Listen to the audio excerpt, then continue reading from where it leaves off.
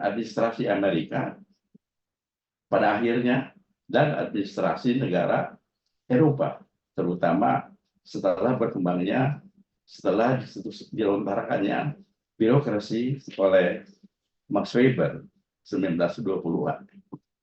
Jadi seperti yang sudah saya sampaikan tadi, selain mewariskan administrasi negara, sistem administrasi negara, pegawai-pegawai yang cakap pada zaman Belanda, kalau di Indonesia, yang cakap di Malaysia, kalau pada zamannya Inggris di sana, perkebunan, pabrik-pabrik, perusahaan negara, jalan-jalan, jembatan-jembatan.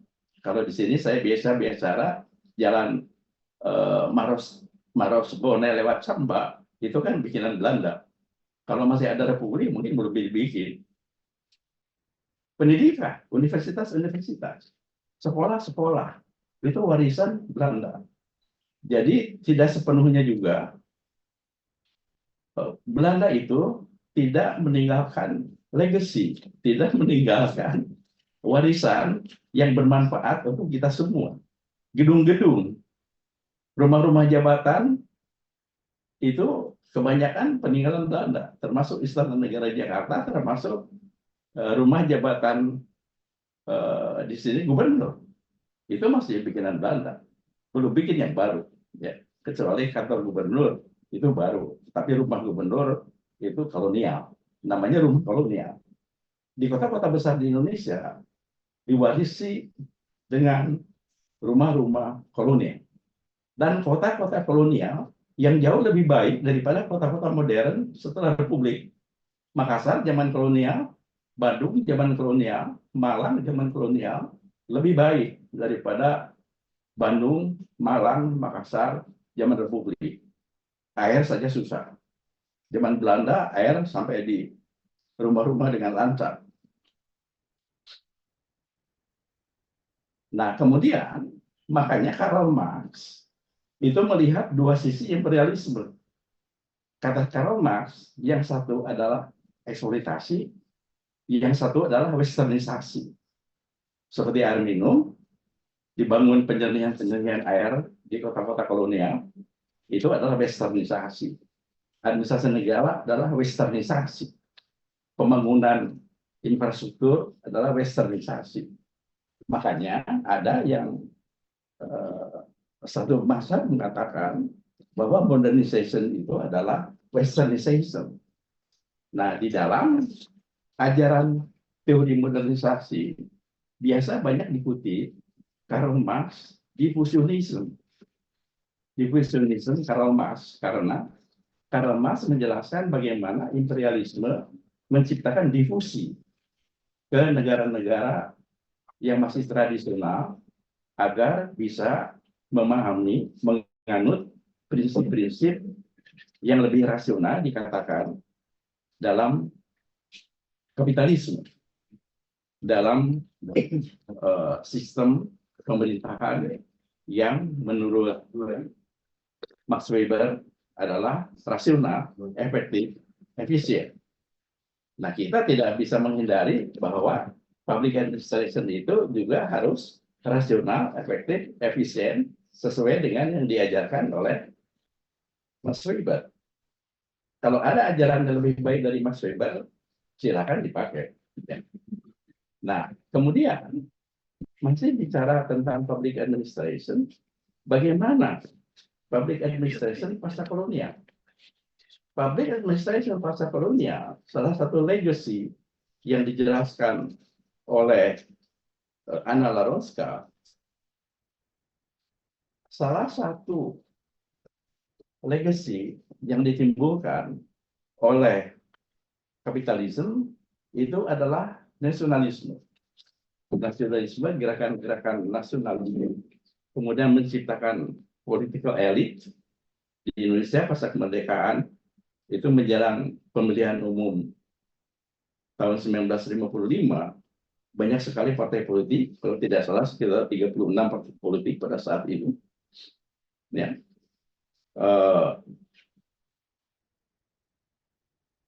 Salah satu legacy yang ditinggalkan oleh kolonialisme adalah gerakan-gerakan nasionalisme, sehingga itu yang menonjol antara lain yang dijelaskan oleh Anna Laronska,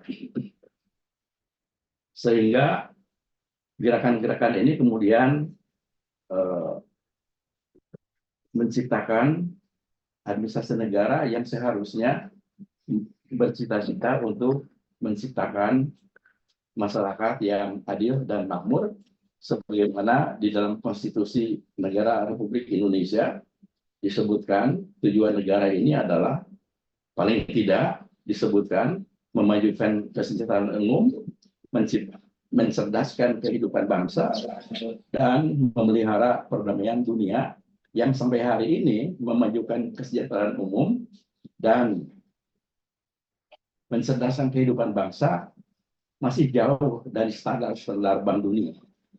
Masih jauh, ya, rata-rata pendidikan saja baru 7, sekian. Nah, masih dalam public administration yang mungkin bukan masih dalam, tetapi yang relevan dengan public administration, atau bisa dikatakan sejak munculnya teori modernisasi dalam development studies itu sudah membicarakan state, karena modernization itu peranan state dalam investasi, peranan state dalam memajukan lokal kapital di negara masing-masing. Itu Peter Evans sekitar tahun 85 sudah menulis dependent development. Di dalamnya ada kolaborasi. Kolaborasi itu sudah disebutkan oleh Peter Evans jauh hari sebelum kolaborasi dalam governance public administration. Nanti kita cek. Peter Evans dalam dependent development sudah membicarakan triple alliance. Triple alliance terdiri dari state, local capital, dan international capital. Itu triple alliance yang bisa menciptakan kemajuan, kemakmuran di dalam sebuah negara melalui kolaborasi yang sekarang biasa disebut dengan governance, ya, collaboration, co-production. Jadi untuk orang-orang yang bergelut di teori-teori pembangunan, triple alliance yang dilontarkan oleh Peter Evans itu lebih duluan daripada kolaborasi di dalam governance. Jadi sekali lagi pasca 1945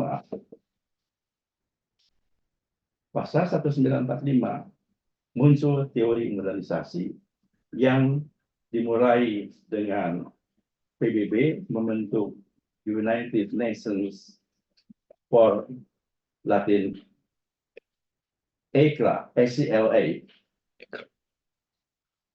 Economic Commission for Latin America, kemudian lanjut menjadi Economic Commission for Latin America and Caribbean. Ini public administration.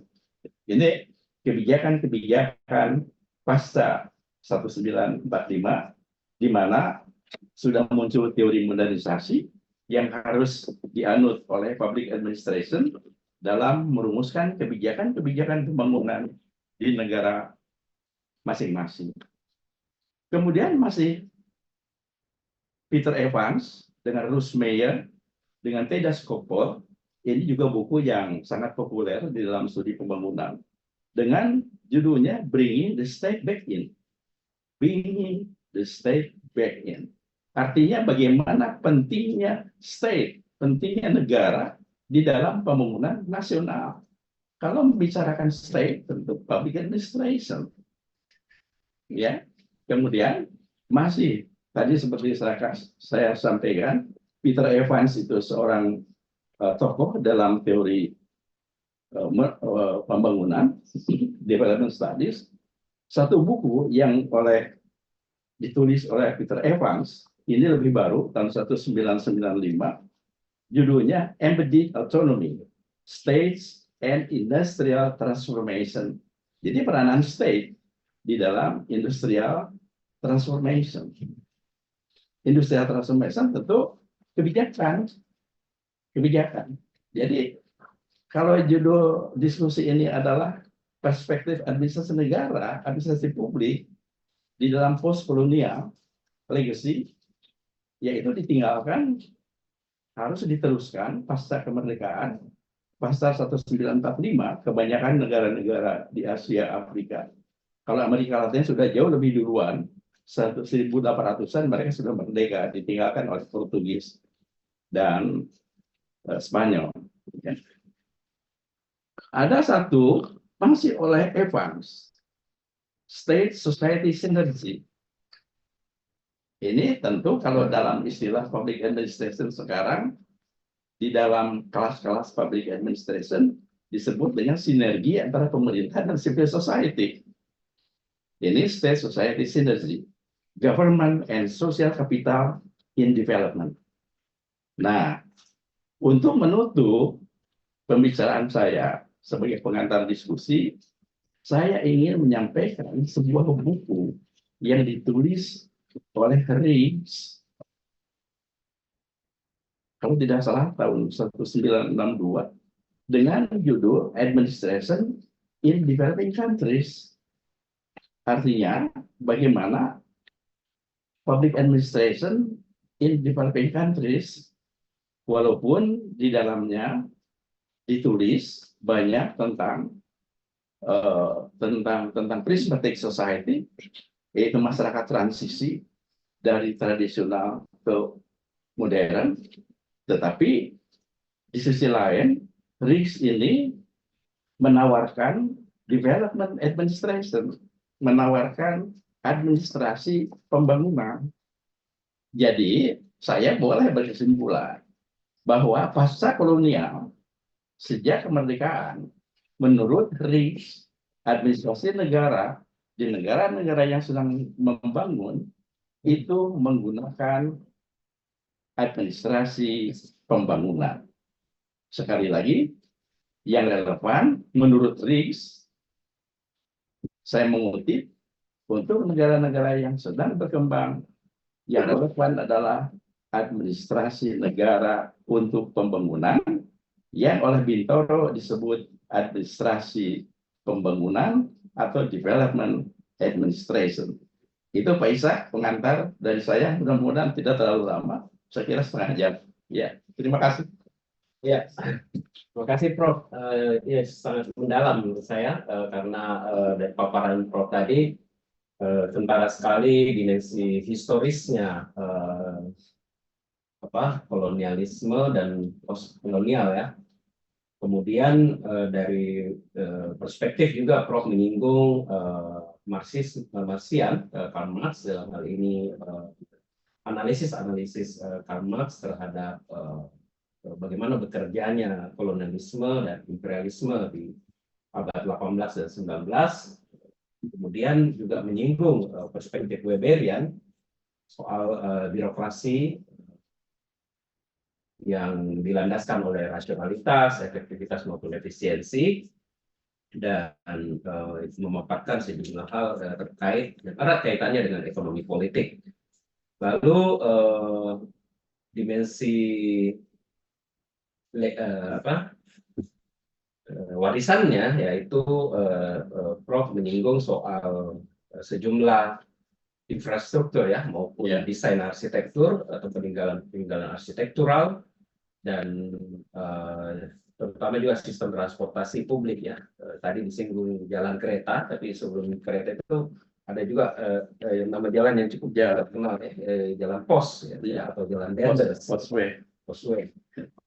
Itu juga peninggalan yang kalau terakhir ini barusan Jokowi merampungkan tol yang menghubungkan seluruh Sumatera, ya seluruh jalan Dendels itu. Oh iya, jalan barat ke timur. Juga Prof menyinggung soal bagaimana dimensi public administration dalam konteks kolonial maupun postkolonial. Ada beberapa buku rujukan tadi, tapi saya menangkap di situ adanya dimensi dekolonisasi ya, di mana lahirnya negara-negara baru ya, kemudian negara-negara baru ini menjalankan sistem administrasi publik dan kemudian memasuki apa yang disebut sebagai proses modernisasi atau westernisasi yang ini juga tahun-tahun 60-70-an ramai juga nih diperdebatkan di Indonesia. Misalnya apakah kita modernisasi atau westernisasi, sehingga ada pandangan juga yang muncul dari Said tentang orientalisme ya, itu upaya menjelaskan bagaimana kolonisasi ini sebenarnya tetap berusaha berlanjut di era postkolonial.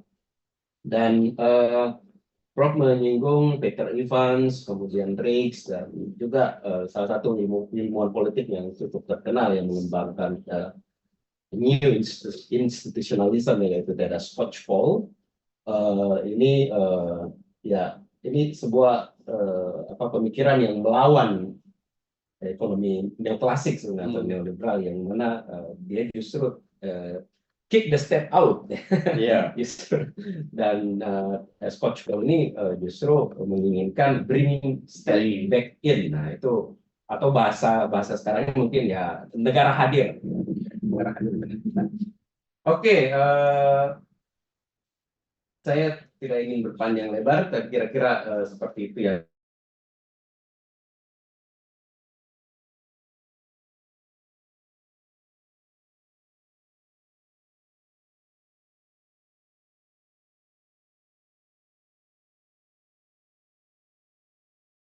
Partisipasi dalam diskusi kita kali ini. Saya meminta bantuan pada Pak Nur Alam untuk memantau apakah ada pertanyaan-pertanyaan yang disampaikan di room chat, atau silakan yang ingin mengajukan ajukan tangan, raise hand. Kita masih punya cukup waktu ya untuk berdiskusi.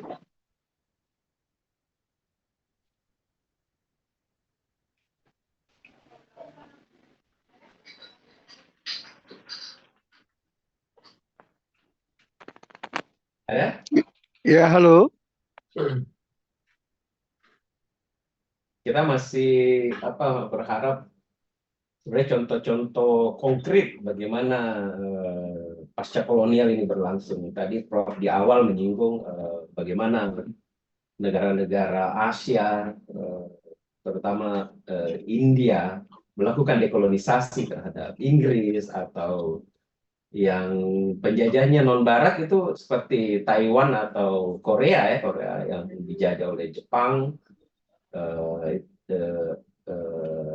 atau melakukan dekolonisasi. Dan tampaknya ada juga perbedaan ya, kemarin diskusi dengan kawan-kawan di administrasi itu, mengapa sebagian negara kolonial ini makmur, sementara negara lain itu kurang makmur gitu. Atau ya kayak contohnya misalnya Korea Selatan itu sudah bisa disebut sudah negara maju, sementara yang lain masih developing ya. Mungkin bisa dijelaskan lebih konkret, detail dalam konteks ya, contoh negara. Oh, saya menjelaskan itu boleh juga, tapi kita tidak bisa melakukan generalisasi. Biasa orang bertanya kepada saya di forum-forum pembangunan, mengapa katanya negara-negara bekas jajahan Inggris itu lebih makmur, lebih baik daripada bekas jajahan Belanda. Padahal bekas jajahan Belanda di Afrika itu Afrika Selatan itu makmur. Afrika Selatan itu paling makmur di Afrika daripada negara-negara semua yang ditinggalkan oleh Inggris, yang ditinggalkan oleh Perancis. Jadi dugaan-dugaan semacam itu tidak universal, karena Afrika sebagian besar itu dijajah oleh Inggris, Spanyol, Perancis. Itu juga sampai hari ini bahkan masih melarat, kan begitu. Jadi tidak spekulasi itu, pertanyaan itu perlu disimpan ya, karena hanya negara-negara bekas jajahan Inggris, Perancis itu di Amerika Utara, Amerika Serikat, dan Kanada baru mereka mencapai kemakmuran. Tetapi Amerika Latin yang ditinggalkan oleh Portugis dan Spanyol itu sampai hari ini sama saja dengan kita. Mereka tidak terlalu moncer seperti Korea Selatan. Nah, sekarang kalau kita melihat bagaimana Korea Selatan itu boleh kita katakan dia secara fisik bekas kolonialismenya Jepang. Tetapi banyak studi-studi pembangunan dalam modernization, dalam teori dependent development-nya Peter Evans dan associated dependent development-nya Cardoso dan Valeto, mereka mengatakan Korea Selatan memiliki public administration yang secara disiplin menerapkan teori Peter Evans tentang Triple Alliance, yaitu aliansi kerjasama kolaborasi antara state, international capital, foreign direct investment, dan local capital. Samsung muncul itu karena Triple Alliance. Kia muncul karena Triple Alliance. Raksasa ekonomi Korea Selatan muncul karena Triple Alliance. Triple Alliance dipimpin oleh siapa? Dipimpin oleh Park Chung-hee. Park Chung-hee ketika memegang kekuasaan sebagai presiden, maka dialah yang melaksanakan Triple Alliance dengan sangat ketat, mengundang juga international capital, foreign direct investment, ya, dan portfolio investment, foreign capital dalam portfolio. Nah, Park Chung-hee merupakan atau dapat disebut sebagai salah satu tokoh, kalau bukan satu-satunya tokoh di Asia yang memimpin Korea Selatan yang sukses, yang tidak diikuti kesuksesan itu oleh Soeharto, walaupun pada periode yang masih sama, hampir sama. Park Chung-hee itu 65 melakukan kudeta, Soeharto itu 67 sudah menjadi kepala negara, kalau tidak salah. Jadi antara Indonesia dan Korea Selatan itu pada awalnya sama-sama miskin. Sekarang Korea Selatan jauh sudah sampai di bulan, katakanlah Indonesia jadi bulan-bulanan. Kira-kira begitu. Kalau penjelasan ringkasnya tentang bagaimana kekuatan ekonomi di negara-negara pasca kolonial itu karena kalau dalam istilah, kembali kepada istilah Peter Evans, itu strong state. Harus ada strong state.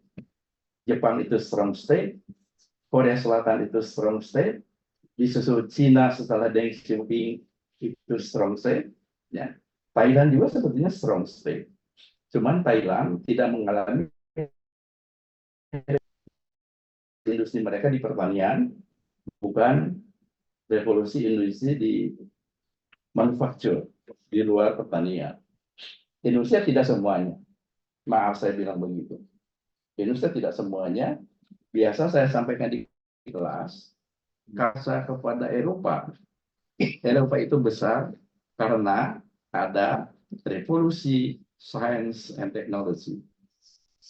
Tanpa revolusi science and technology, tidak akan bisa menciptakan, membesarkan, tanpa kapitalisme sebesar. Indonesia tidak pernah revolusi ilmu pengetahuan dan teknologi sampai hari ini. BRIN pun penguasa boro revolusi ilmu pengetahuan kapitalisme.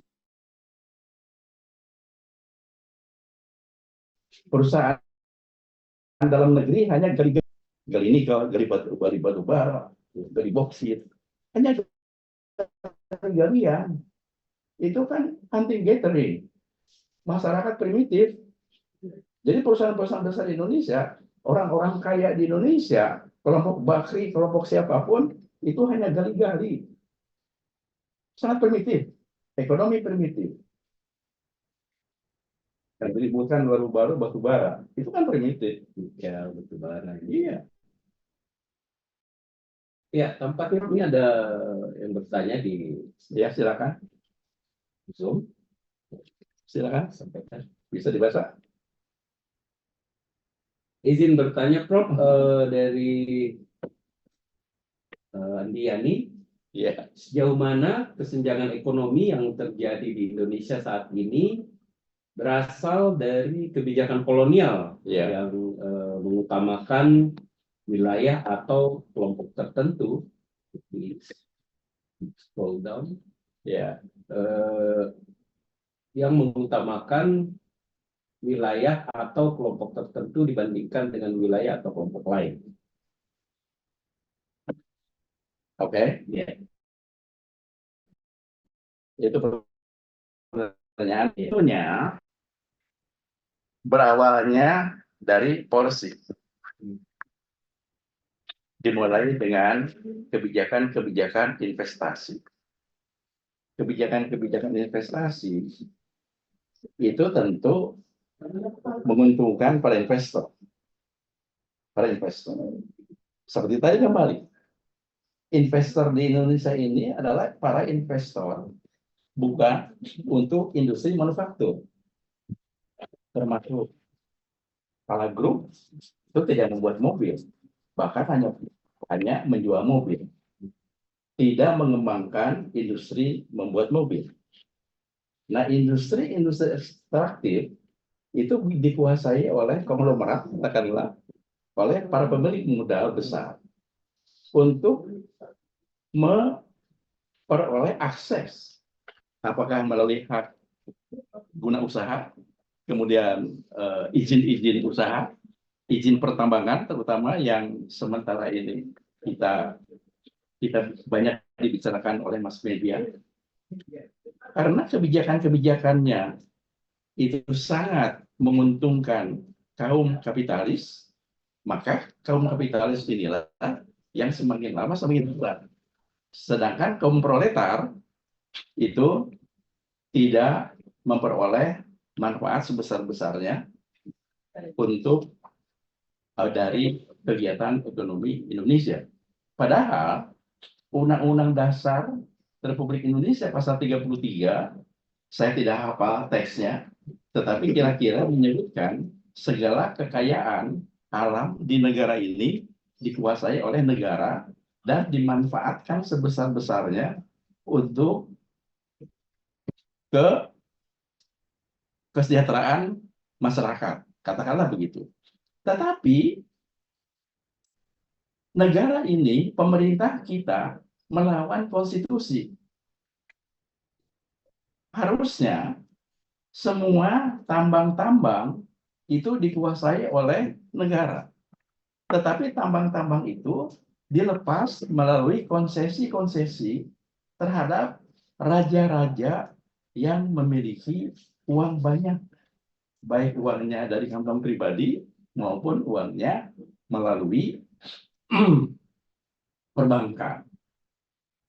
Muncullah ketimpangan, baru-baru ini ada yang mengatakan bahwa Gini rasio kita sudah sekitar 40, bahkan sekitar 41, ada yang mengatakan demikian. Itu sudah ketimpangan yang cukup merisaukan.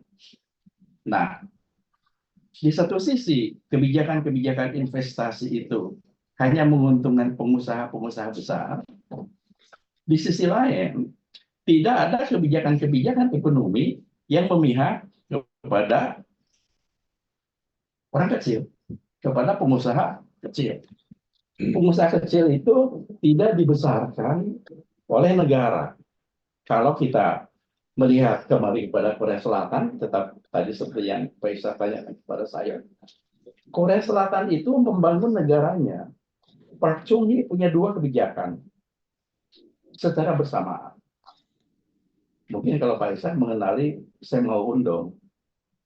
Semau Undong itu pembangunan perdesaan, pembangunan pertanian, pembangunan, saya biasa agriculture development, rural development, community development. Itulah Semau Undong. Di Indonesia tidak pernah ada Semau Undong. Kebijakan pembangunan perdesaan kita tidak ada. sekuat yang dibikin seperti Sam Undong di Korea Selatan, Pak Sungki. Sam Undong itu bisa menumbuhkan ekonomi di pedesaan. Unit-unit produksi pedesaan berkembang, kemudian dibina menjadi tidak selamanya menjadi unit pengusaha kecil. Kalau di Indonesia tidak dibina, misalnya, ya malah dibinasakan. Satu contoh dalam teori modernisasi ada yang disebut dengan the mode of articulation. The mode of articulation di dalam development, industrial development, itu kolaborasi antara pengusaha kecil dengan pengusaha besar. Contohnya, dulu waktu saya masih muda naik sepeda motor, itu lampu-lampu, tutup-tutup lampu sein di dalam sepeda motor bikinan Jepang, itu merek Stanley. Stanley itu bisa dicek, cuman tidak ada lagi sepeda motor buatan tahun 70-an ya. Stanley itu pengusaha kecil. Jadi komponen sepeda motor di Jepang pada saat itu disuplai oleh pengusaha kecil menengah. Yang pengusaha-pengusaha itu dibina bagaimana membuat produk-produk yang standardized industri. Di sini tidak ada. Di sini di Sidrap itu kalau tidak salah ada satu desa terkenal dengan kerajinan pandai besi. Dan tidak pandai-pandai.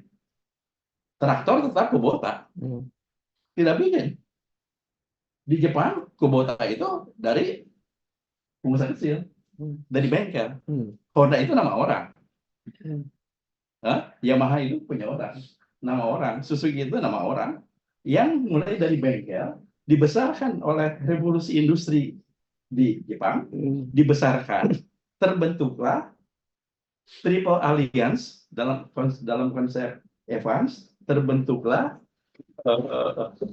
tadi dalam teori modernisasi itu adalah mode of articulation, ada artikulasi antara pengusaha tradisional, pengusaha kecil dengan pengusaha besar, akhirnya jadi besar semua. Di Jepang yang namanya pengusaha kecil sekarang susah dicari, yang hanya ada pedagang mungkin ya, bukan pengusaha industri seperti itu, karena sudah besar semua. Dan Honda, Yamaha, Suzuki itu hanya bikin mesin, hanya bikin bodi, sisanya pengusaha lokal, UMKM. Nah, kalau di Indonesia punya kebijakan seperti ini, tentu UMKM itu membesar, dan seperti yang Pak Yani tadi lontarkan, tentu UMKM ini tambah besar, skala ekonominya tambah besar, kemakmurannya juga tambah tinggi, tentu akhirnya GDP tambah besar. Inilah penyakit Indonesia. GDP-nya baru 4.000, sedangkan Korea sudah 36.000 per kapita. 40.000. Nah, 40.000 per kapita per tahun. Penyakitnya itu. Saya tidak pernah mendengar dari seorang calon presiden bagaimana membesarkan GDP Indonesia. Tidak ada konsep. Ya, seharusnya saya tidak pergi tempoh hari memilih, karena tidak ada konsep mereka untuk menciptakan GDP per kapita yang tinggi.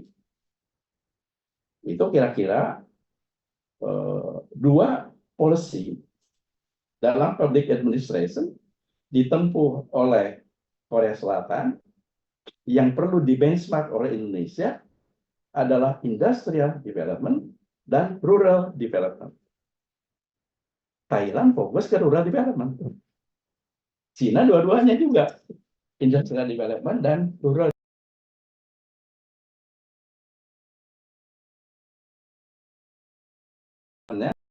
sejak Mao Zedong. Itu kira-kira, mudah-mudahan bisa menjawab. Sebenarnya di kepala saya ini muncul semacam dilema, Prof. Ya. Ketika kita mengatakan the strong state, Ya. itu ancamannya adalah demokrasi akan terganggu. Oke. Atau strong state, ya kita punya contoh, misalnya di zaman Orde Baru itu state menjadi sangat strong, Iya. tapi kemudian justru apa secara ekonomi mengalami keruntuhan ya pada akhirnya ya. Tidak ada apa ya Prof sebut sebagai kebijakan Semondong itu. Atau mungkin ada tapi apa kedisiplinannya kurang. Saya ada tadi Prof menyinggung juga soal apa kedisiplinan menerapkan teori Peter Evans tentang dependent state yaitu triple alliance. Oke. Apakah ada kaitan ini? Oke. Dan ketidakdisiplinan ini apakah bukan mentalitas dari Itu kolonial? itu dijawab oleh Peter Evans. Peter Evans, lupa nama bukunya, judul bukunya. Tetapi dia menjelaskan, paling tidak ada dua karakteristik strong state. Yang pertama adalah despotic strong. Yang kedua infrastructural strong. Dua-duanya strong state. Nah, Korea Selatan dicontohkan sebagai infrastructural strong. Walaupun ada despotism, tetapi infrastructural strong. Yang disebut oleh Michael Mann tadi saya sebut ya, Michael Mann mengucapkan strong infrastructural adalah state yang memiliki kekuatan untuk memelihara triple alliance tadi dari Evans. Ya, swasta yang kuat, kemudian dibantu oleh direct foreign investment dan loan kalau perlu, dan state yang punya kebijakan-kebijakan yang strong.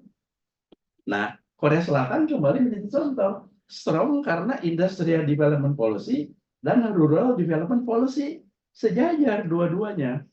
Peter Evans, ya, dependent development. Di sini dibahas, gitu. Jadi kita sebagai public administration, saya tadi dalam penutup diskusi, dalam pembukaan diskusi saya mengatakan yang relevan menurut siapa? Administration in developing countries, Riggs, yang relevan.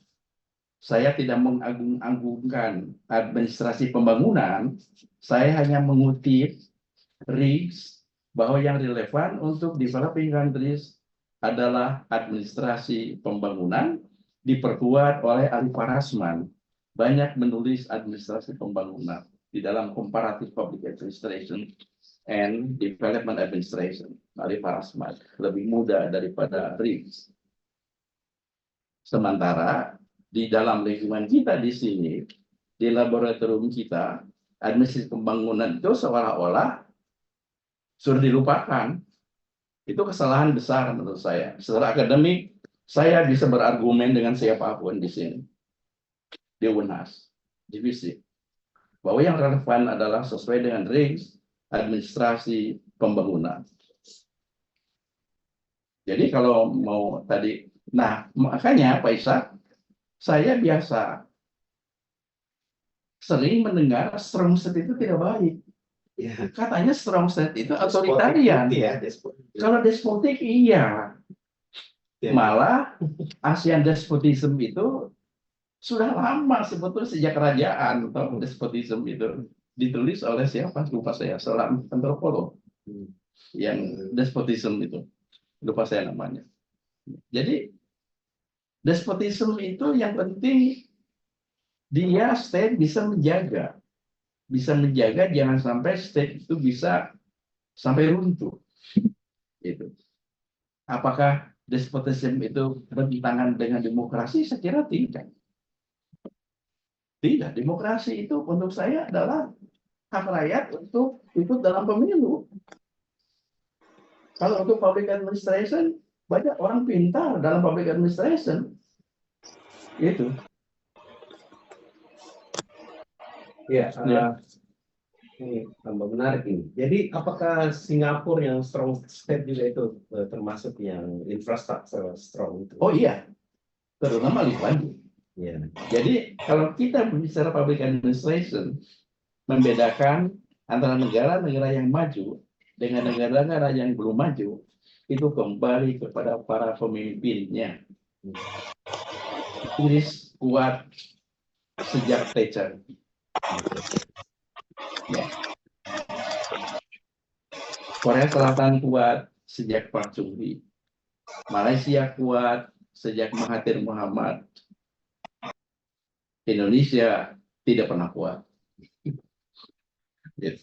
Iya, bahkan saya ingat ini Prof, waktu saya masih mengorganisir pedagang pasar. Ya, Jadi itu tampak sekali bagaimana kebijakan ekonomi kita tidak berpihak pada pedagang-pedagang kecil betul. dan membiarkan pasar-pasar modern berkeliaran, Iya. yang minimarket Iya. minimarket berjejaring Iya. muncul, pasar-pasar ala mall berkembang, dan itu Betul. mematikan gade-gade atau kios-kios atau toko-toko kecil. Iya. Dan hal serupa juga seperti ini juga terjadi di Amerika Serikat, Prof. Ketika Walmart sebagai perumahan Oh iya, Walmart ya. melakukan praktek predatory pricing atau menekan harga untuk mengalahkan saingan-saingan. Nah, saingan-saingannya adalah usaha-usaha rumah tangga itu ya. Kalau kita nonton dalam era Rambo atau tahun 80 itu masih ada toko-toko kakas yang dikelola oleh rumah tangga dan itu habis oleh Walmart. Nah, tampaknya ada pertanyaan lagi.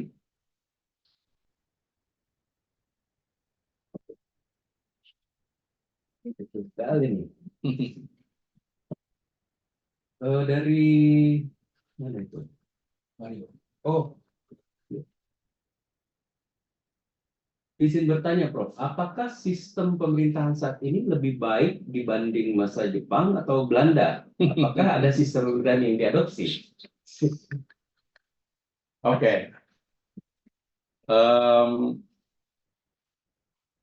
Kalau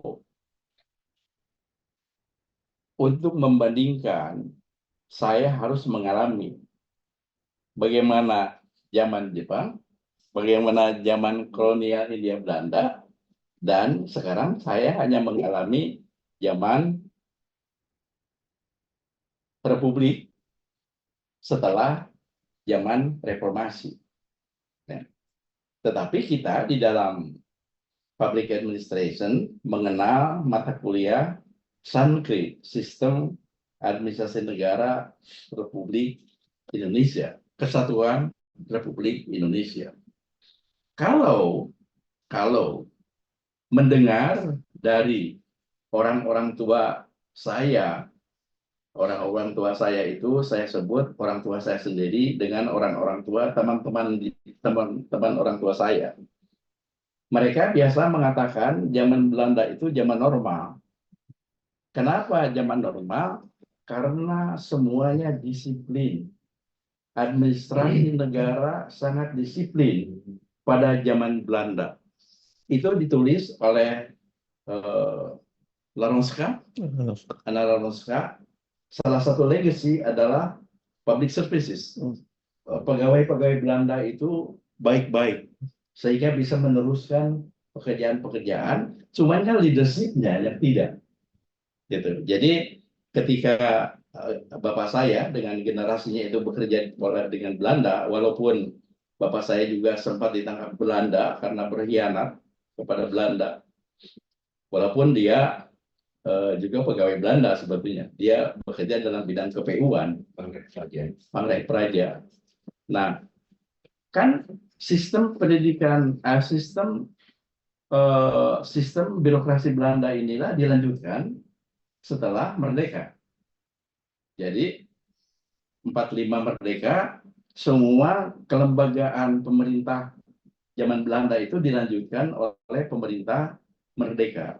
Menurut orang tua saya dengan teman-teman orang tua saya, mereka mengatakan lebih baik pada saat itu daripada birokrasi pemerintahan setelah merdeka. Saya mengutip dengan catatan semuanya disiplin, tertib, sesuai dengan aturan-aturan. Tidak ada korupsi. Tidak ada pegawai pemerintah, hampir tidak ada pegawai pemerintah yang ditangkap oleh polisi, yang ditangkap oleh kejaksaan karena korupsi pada zaman itu. Walaupun sampai tahun 50-an, ya, itu tidak ada. Karena administrasi negara masih mengikuti kaidah administrasi kolonial. Gitu. Baru setelah tahun 61, 62 pemerintahan kita, tetapi dalam cerita sejarah Republik Indonesia ini kan urusan Abdul Ghani saja itu korupsi. Seorang tokoh nasional menjelang konferensi Asia Afrika itu sebetulnya urusan Abdul Ghani sudah kena tuduhan korupsi, cuman dicuci oleh Soekarno, katanya jangan ditangkap karena urusan Abdul Ghani banyak sekali pekerjaannya untuk mempersiapkan konferensi Asia Afrika begitu. Jadi saya hanya bisa mengutip-ngutip ya. Kalau hari ini saya kira tadi Pak Mario ya yang bertanya. Pak Mario sendiri kalau hari ini kan mengalami, tidak perlu saya bandingkan. Cuman saya mengutip tadi bahwa administrasi negara zaman kolonial itu lebih tertib, lebih disiplin. Ya, kenapa saya waktu saya dekan tidak menggunakan mobil dinas saya untuk kepentingan pribadi, tidak untuk antar jemput anak saya, tidak untuk antar jemput istri saya. Mobil dinas itu saya hanya gunakan untuk menjemput di rumah, diantarkan ke kantor. Setelah dari kantor, mobil itu tidak disimpan di rumah dan disimpan di kampus. Karena bapak saya juga begitu. Saya ikut bapak saya sesuai dengan kebiasaan zaman Belanda. Dan itu ajaran dari birokrasi, memisahkan antara kepentingan pribadi dengan kepentingan dinas. Jadi saya berdosa kepada Mas Weber kalau saya pakai mobil dinas untuk urusan pribadi. Sekarang ini disebut zaman normal juga, dianggap normal-normal saja begitu. Sekarang ya, dia pakai mobil pribadi. Yang normal yang itu sekarang. Ya, itu yang saya yang abnormal. Itu.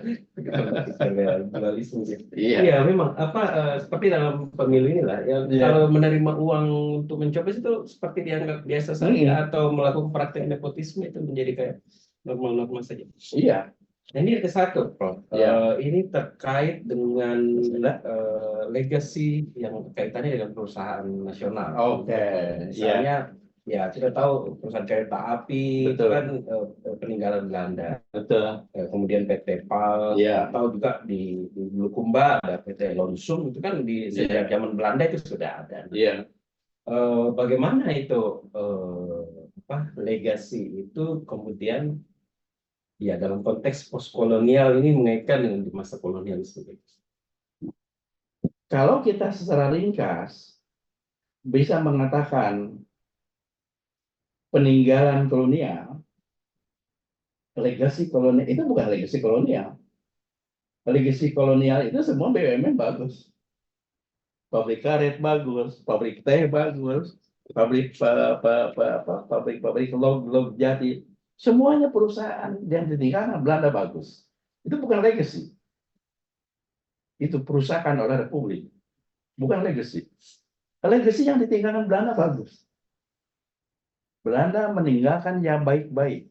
Termasuk BUMN yang ditinggalkan oleh Belanda itu bagus-bagus.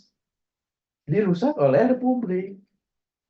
PT KAI baru dibenahi lagi oleh Ignatius Jonan. Ya, betul. Luar biasa Ignatius Jonan.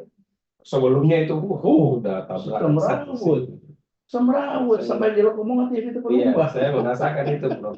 Di camping. Pernah di Jogja. Pernah di Jawa. Iya. Ada pertanyaan berikutnya? Ini seru sekali ternyata pembahasan ini. Dari Hilda Amalia di sini bertanya, Prof. Apa saja tantangan utama dalam mereformasi struktur hukum dan administrasi yang berakar pada kolonial agar lebih sesuai dengan kebutuhan demokrasi dan pembangunan di Indonesia saat ini? Kemudian bagaimana strategi idealnya, Prof, jika dibandingkan dengan kasus negara-negara berkembang lainnya? Pertama tadi apa? Bagaimana tantangan utama dalam mereformasi struktur hukum dan administrasi yang merupakan berakar dari kolonial? Satu dulu. tantangan ya. ya, agar lebih sesuai dengan kebutuhan demokrasi ya. Tantangannya yang paling besar dalam birokrasi adalah karakter pegawai negeri kalau birokrasi negara, ya. Karakter perilaku ASN kalau menggunakan istilah ASN, karakter pemimpin, baik pemimpin-pemimpin melalui jalur politik maupun pemimpin-pemimpin pada jalur karir, ya. Kita banyak menghadapi tantangan. Karena apa? Karena bangsa ini tidak memiliki pendidikan karakter. Saya berani mengatakan itu. Di mana pendidikan karakter diajarkan dalam bangsa ini? Pendidikan karakter diajarkan di pesantren. Tetapi kan tidak semua alumni pesantren menjadi pegawai negeri.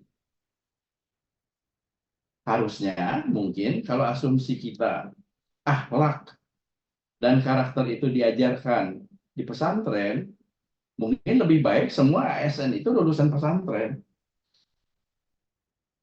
Pesantren dan lulusan IAIN kalau pendidikan karakternya masih kuat. Sama saya karena ini hanya membedakan karakter. Kenapa? Karena Republik Indonesia ini tidak punya pendidikan karakter mulai dari SD sampai SMA. Kenapa demikian saya katakan? Mari kita lihat pendidikan karakter pada tingkat SD sampai SMA. Pak Yani sudah bisa melihat di Hawaii, di Amerika, anak-anak SD sampai SMA itu mengalami pendidikan karakter. Pagi-pagi dijemput, itu pendidikan karakter oleh Jelobas. Itu pendidikan karakter. Disiplin datang di tempatnya, disiplin mengantri, disiplin macam-macam, disiplin bagaimana naik ke bus, disiplin. Ya, tertib. Itu pendidikan karakter yang tidak dikuliahkan, tetapi dipraktekkan. Sehingga masyarakat Amerika sejak SD sudah disiplin, sudah tertib. Ya, datang di sekolah juga begitu. Tidak boleh nyontek. Pak Yani tahu pasti, cheating di Amerika itu dosa besar. Cheating di Amerika dosa besar. Termasuk di Eropa. Mungkin Pak Ishak juga menyaksikan itu di Eropa. Pak Yani menyaksikan di Eropa. Cheating itu dosa besar. Di sini, cheating ditutup-tutupi oleh gurunya.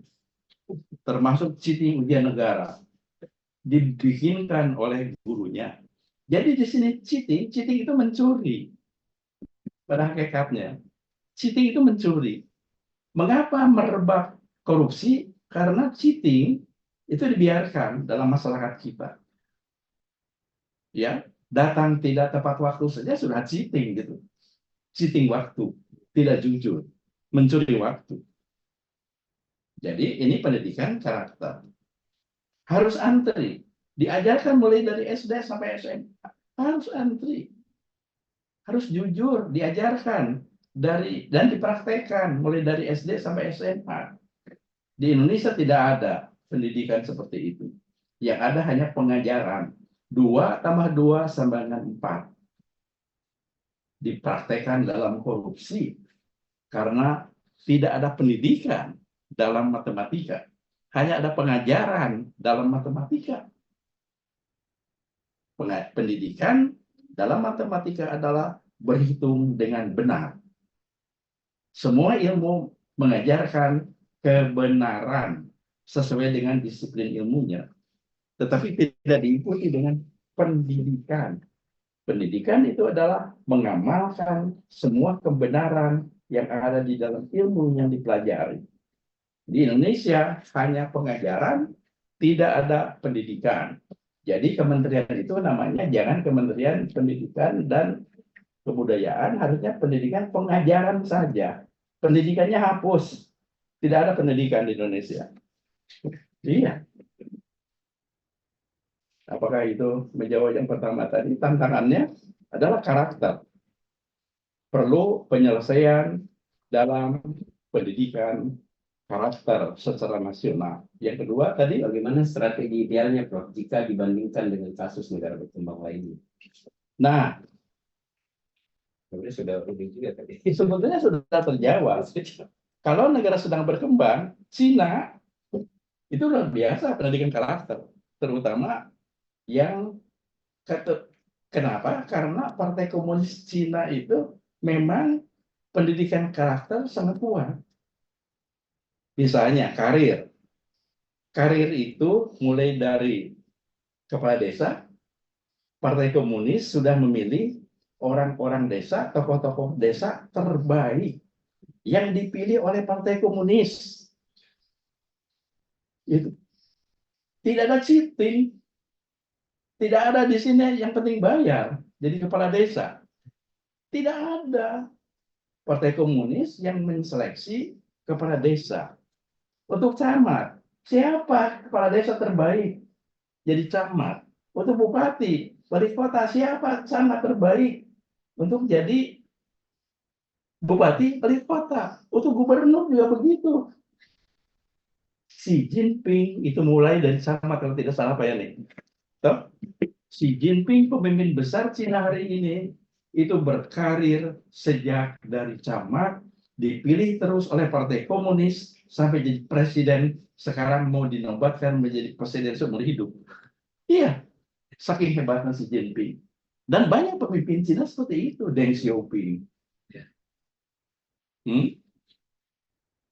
Mereka menerapkan Weberian, Berian, Marxis, profesional, ya profesional mereka. Jadi kembali kepada karakter, Pak. Jadi karakter itu ada yang memimpin pendidikan karakter itu. Di Indonesia ini boro-boro pendidikan karakter, reformasi birokrasi saja tidak ada yang memimpin. Tidak ada yang memimpin reformasi birokrasi. Coba sebut siapa yang memimpin reformasi birokrasi. Makanya birokrasi kita kacau terus, tidak ada yang memimpin. Mungkin sudah terjawab dua pertanyaan tadi. Ya, waktu kita juga terbatas, tapi kita masih ada kurang lebih 15 menit. Iya. Dan berkali kalau tidak ada lagi pertanyaan, saya ingin menyampaikan beberapa hal. Yang pertama, teman-teman, tadi Profesor banyak sekali menyinggung soal perspektif pemikiran dan praktek-praktek teori di negara-negara yang berkembang. Nah, ini Prof sudah menulis buku berkali terbaca. Buku ini terkait dengan teori pembangunan, modernisasi, keterbelakangan, dan ketergantungan. Buku ini diterbit pertama kali pada Juli 2023. Tentu saja ini cetakan baru ya, Prof. Sebelumnya sudah revisi. Ya, ini edisi revisi. Dan ini menurut saya buku wajib untuk mahasiswa ilmu administrasi khususnya dan FISIP pada umumnya, dan bisa buku ini didapatkan di Departemen Ilmu Administrasi atau pengelola laboratorium riset dan pikiran publik. Wajiblah. Yang kedua, ini buku yang ditulis oleh Prof. Alwi tentang governance dan kebijakan publik. Ini juga buku yang diterbitkan oleh Unhas Press dan ditulis sangat menarik sekali, membantu kita yang mahasiswa baik S1, S2, S3, karena di situ menjelaskan soal perspektif dan teori governance dan kebijakan publik. Kemudian sejumlah studi kasus yang sangat membantu kita untuk lebih memahami bagaimana teori diterapkan. Nah, buku ini silakan dicari di toko buku atau juga bisa dipesan di laboratorium. Kemudian ada buku ketiga yang ditulis oleh Prof. Dr. Sangkala yang berjudul Responsivitas dan Akuntabilitas Organisasi Publik, buku tentang teori dan implementasi. Buku ini terbit tahun 2022 di sini menjelaskan kita lebih spesifik atau lebih teknis terkait dengan praktek-praktek governance di Indonesia. Silakan juga cari bukunya, diterbitkan oleh Unas Press. Lalu buku yang keempat, nah ini juga sangat menarik, ini tentang bagaimana masyarakat di wilayah-wilayah yang berkembang perusahaan sawit atau perkebunan sawit itu berkontestasi atau bertarung secara politik ya antara masyarakat dan perusahaan sawit di Indonesia. Ditulis oleh Ward Berenschot, Ahmad Diaul Haq, Afrizal, dan Otto Hospes. Dan buku ini juga bisa diperoleh di laboratorium, diterbitkan oleh Yayasan Pustaka Obor Indonesia. Ini sangat menarik karena berisi banyak sekali kasus bagaimana sebenarnya ekspansi perusahaan sawit yang mengganggu wilayah-wilayah adat misalnya masyarakat atau masyarakat pada umumnya. Itu 4 promosi buku yang perlu teman-teman khususnya mahasiswa dan baik S1, S2, S3 dimiliki dan bisa dipesan pada pengelola diskusi ini. Baik, Prof. Waktu kita sudah selesai. Saya tidak perlu membuat resume, tapi penjelasan tentang kolonialisme legacy ini tentu saja bukan mengatakan bahwa kolonialisme itu bagus, karena Prof. Dixon tadi sudah menyampaikan bagaimana analisis Marxian itu mengkritik praktek industrialisasi di zaman kolonial yang kemudian berkembang menjadi imperialisme, tetapi hal-hal positif dari legacy itu terutama tampak dalam bagaimana praktik administrasi pembangunan dijalankan oleh negara kolonial pada saat itu yang sedikit banyak menunjukkan dimensi Weberian atau perspektif pengelolaan birokrasi secara baik dan disiplin. Prof juga telah mengantarkan kita untuk memahami lebih detail bagaimana negara-negara pasca kolonial ini seperti Korea Selatan, Singapura, Malaysia, juga beberapa negara seperti Afrika Selatan itu mampu membangun wilayahnya dan terlebih khusus menciptakan kesejahteraan publik yang semestinya itu menjadi dimensi keilmuan kita. Jadi membenahi administrasi pembangunan khususnya untuk kesejahteraan rakyat. Terima kasih, Prof. Terima kasih kepada pengelola Laboratorium Riset dan Kebijakan. Kita sebelum tutup dan menjelang sholat Jumat ini kita berfoto dulu. Ini tampaknya melebihi lebih 100 pesertanya, Prof. Karena Anda tadi yang mengatakan tidak bisa masuk karena kuota tidak mencukupi. Terima kasih atas kehadiran para partisipan. Semoga kita akan berlanjut lagi. Tahan ya. 1, 2, 3. Kemudian screen 2. 1, 2, 3. Screen 3. Ya. 1, 2, 3. Oke. Terima kasih. Sampai jumpa pada kuliah umum mendatang. Wabillahi taufiq wal hidayah. Assalamualaikum warahmatullahi wabarakatuh.